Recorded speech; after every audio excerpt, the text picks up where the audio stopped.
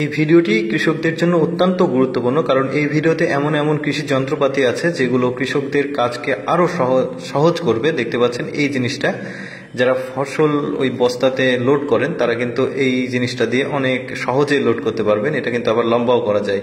দেখতে পাচ্ছেন এরকম অনেক কৃষি যন্ত্রপাতি আজকে আপনাদেরকে দেখাবো, একদমই সহজ। আপনারা চাইলে কিন্তু এগুলো বানিয়েও নিতে পারবেন নিজ এলাকাতে। দেখতে পাচ্ছেন এইটা অনেক জোস একটা জিনিস লাগছে আমার।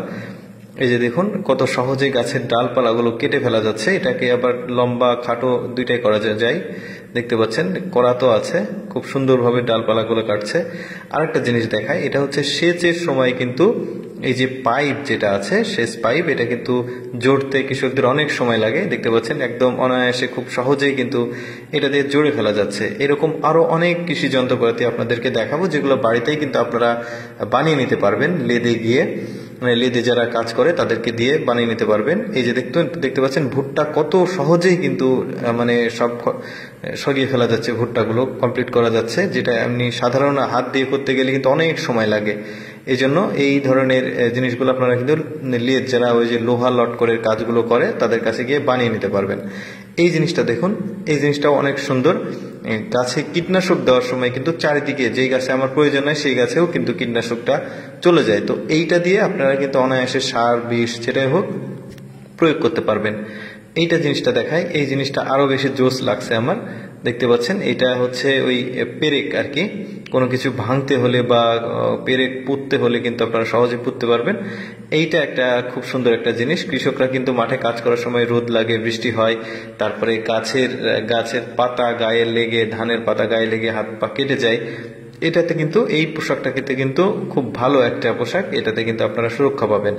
এরপরে যেটা দেখাবো সেটা হচ্ছে বীজতলা তৈরি করার জন্য কিন্তু এই ধরনের কৃষকদেরকে পলিথিন দিতে হয়। এই পলিথিন দেওয়াটা একটু ঝামেলার কাজ। এই জিনিসটা যদি আপনারা বানিয়ে নিতে পারেন তাহলে কিন্তু খুব সহজেই এইরকম পলিথিন দিয়ে এই পলিথিনগুলো বীজতলা তৈরি করতে পারবেন। এরপরে যেটা দেখাবো এটাও খুব ভালো একটা প্রোডাক্ট, ভালো একটা জিনিস। দেখতে পাচ্ছেন খুব সহজেই আপনারা যে এই গাছের উচ্ছিষ্ট অংশগুলো রয়েছে ফসল তোলার পর, এগুলো কিন্তু রোদে শুকাতে পারবেন এইটা দিয়ে। এটা কিন্তু আরো কাজ হয়, যেমন গাছের তোলা, এই যে মিষ্টি আলু তুলছে, আলু ওই যাবতীয় গাছের গোড়া সহ তোলার কিন্তু বাদাম, এই ধরনের অনেক ফসল তুলতে পারবেন। এটা একটা হাতুড়ি, এই হাতুড়িটাও খুব সুন্দর একটা হাতুড়ি, কৃষকদের জন্য অনেক কাজের একটা জিনিস। দেখতে পাচ্ছেন এইটা যে আপনাকে কিনতে হবে কোথাও থেকে তা কিন্তু না, এটা আপনারা এগুলো বানিয়েও নিতে পারবেন। যে কোনো ওই কামারের কাছে গেলে, যারা লোহার কাজ করে তাদের কাছে গেলেও বানিয়ে নিতে পারবেন। এই যে এইটা দেখুন, এটা খুব সুন্দর একটা জিনিস। আপনারা যারা ওই যে পেঁয়াজ রসুন লাগান তারা কিন্তু একটা বিষয় লক্ষ্য করেন, সময় সাপেক্ষ অনেক সময় লাগে। এটা এভাবে কিন্তু আপনারা চাইলে এই পেঁয়াজ রসুনের গাছগুলো এভাবে লাগাতে পারবেন, বা ছোট ছোট যে গাছগুলো আছে সেগুলো লাগাতে পারবেন, চারা গাছগুলো। এইটা কৃষকদের অনেক প্রয়োজনীয় একটা জিনিস। দেখতে পাচ্ছেন এটা হচ্ছে কীটনাশক প্রয়োগ করা একটা ইলেকট্রিক আর কি বক্স। দেখতে পাচ্ছেন এটা অটোমেটিক আর কি বিষগুলো প্রয়োগ করবে। এই যে দেখতে পাচ্ছেন, যদিও বাজারে কিছু কিছু পাওয়া যায়, বাট এটা কিন্তু একটু বেশি উন্নত মানের। এরপর যেটা রয়েছে প্লাস্টিকের একটা মানে এই যে ফসলগুলো এইদিক ওদিকে রাখা, শুকাতে দেওয়া, এই কাজগুলোতে কিন্তু আপনারা এই এই জিনিসটা ব্যবহার করতে পারবেন। এটা যদিও প্লাস্টিক, তবে আপনারা চাইলে পাতলা কাঠ দিয়ে বানিয়ে নিতে পারবেন। ঠিক এইভাবে কাজগুলো খুব সহজ হবে, ফসলগুলো খুব সহজে শুকাবে। এটা হচ্ছে লোহার, এটাও আপনারা বানিয়ে নিতে পারেন। ওই যে জমিতে নিড়ানি বা জমিতে চাষ করার পরে কিছু আবর্জনা থেকে যায়, গাছগাছালি থেকে যায়, ওগুলো কিন্তু খুব সহজে, গ্রাম্য ভাষায় এটাকে নিড়ানি বলে, এই কাজগুলো আপনারা করতে পারবেন খুব সহজে, এটা বানিয়ে নিতে পারবেন। এরপরে যেটা রয়েছে এটা হচ্ছে কৃষক সহ সবাই এটাই ব্যবহার করতে পারবে। এইটা এরকম একটা চাকা, এই চাকাটা কিন্তু লেদে গিয়ে আপনারা বানিয়ে নিতে পারবেন। লেদ মানে যেখানে লোহার কাজ করে, গ্রিল বানায়, বেলকনির গ্রিলগুলো বানায়, সেগুলো তাদেরকে এই ভিডিওটা দেখালেই কিন্তু তাদেরকে বানিয়ে দেবে আপনাদেরকে। এইটাও খুব সুন্দর একটা জিনিস। এটা ফসলের ভেতরে যে এই যে দেখতে পাচ্ছেন ভুট্টা, এই যে ভুট্টাগুলো পড়ে যাচ্ছে আর যে ময়লা আবর্জনা এগুলো কিন্তু ওইটাতে থেকে যাচ্ছে। এটাও খুব কার্যকরী একটা জিনিস, এটাও কিন্তু আপনারা বানিয়ে নিতে পারবেন। সবগুলোই কিন্তু লেদে বানানো যায় যেখানে লোহার কাজগুলো করে। তারপরে এই যে এইটা ওই কাঠের জিনিসটা দিয়ে কিন্তু অনেক সমস্যা হয়, আপনারা কিন্তু লোহা দিয়ে, এটা এভাবে পাতলা লোহা দিয়ে এভাবে বানিয়ে নিতে পারবেন। মানে এগুলো তো আমাদের বাংলাদেশ, ভারত, এগুলোতে কিন্তু যারা ফসল উৎপাদন করে, চাষ করে, বিভিন্ন করে, তারা কিন্তু এগুলোর বিকল্প ব্যবহার করে, যেগুলো সময় সাপেক্ষ হয়। তো এগুলোতে কিন্তু খুব সহজে করতে পারবেন আপনারা।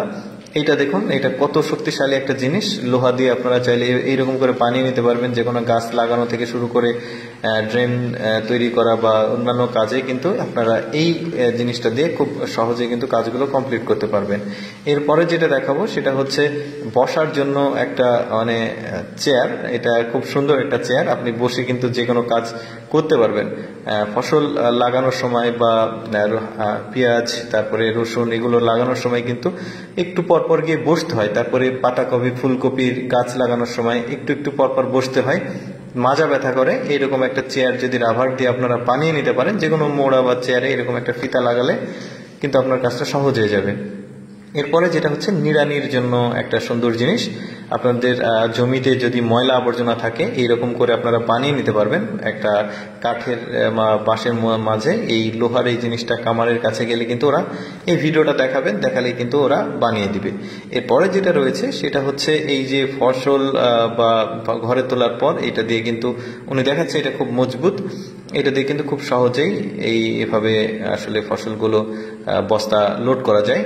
এই প্রোডাক্টগুলো কিন্তু এখন আপাতত আমাদের কাছে অ্যাভেলেবল নাই, তবে আশা করছি খুব দ্রুত আমরা এগুলোকে নিয়ে আসতে পারবো বাইরে থেকে। তো যাই হোক, আমাদের সঙ্গে থাকুন, লাইক দিয়ে পেজে আমরা ইনশাল্লাহ এই প্রোডাক্টগুলো নিয়ে